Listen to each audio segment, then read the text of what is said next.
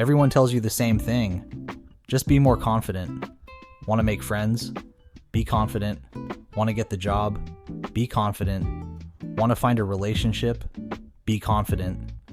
Confidence has become one of the most celebrated personality traits in the world. But what if we've been chasing the wrong thing? Because confidence is actually overrated. Now don't get me wrong, confidence can absolutely be helpful. The problem is that most people think confidence comes first, when in reality, it usually comes last. Think about it. Imagine someone who's never played the guitar before. Would you expect them to confidently walk onto a stage and perform in front of thousands of people? Probably not. Not because they're weak, but because they haven't built the skills yet. The same applies to almost everything else in life. Public speaking, dating, starting a business, making YouTube videos. Confidence usually isn't the starting point. It's the reward for showing up consistently.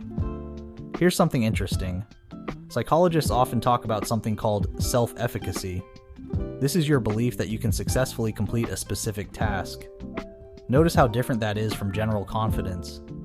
You don't need to believe you're amazing at everything. You simply need evidence that you can handle this challenge. And where does that evidence come from? Experience. Every time you do something difficult, your brain quietly updates its expectations. I've handled this before. I survived. I can probably do it again. That's much more powerful than trying to convince yourself you're confident. Ironically, waiting until you feel confident often keeps you stuck.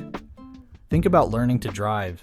Almost nobody sits behind the wheel on day one feeling fearless. They're nervous. They make mistakes. They overthink everything. But after months of driving, they barely think about it anymore.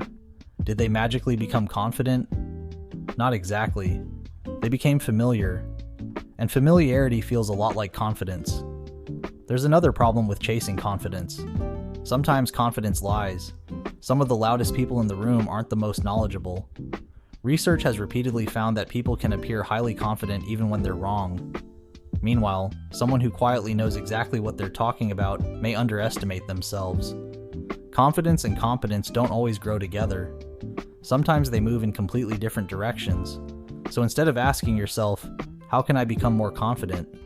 Try asking, what can I practice today? Because every awkward conversation, every failed attempt, every uncomfortable moment is another piece of evidence your brain can use. Real confidence isn't built by repeating positive affirmations in the mirror. It's built by collecting proof. Proof that you can survive embarrassment. Proof that you can learn. Proof that failing isn't the end of the world. Here's the irony. The people who seem naturally confident usually weren't born that way.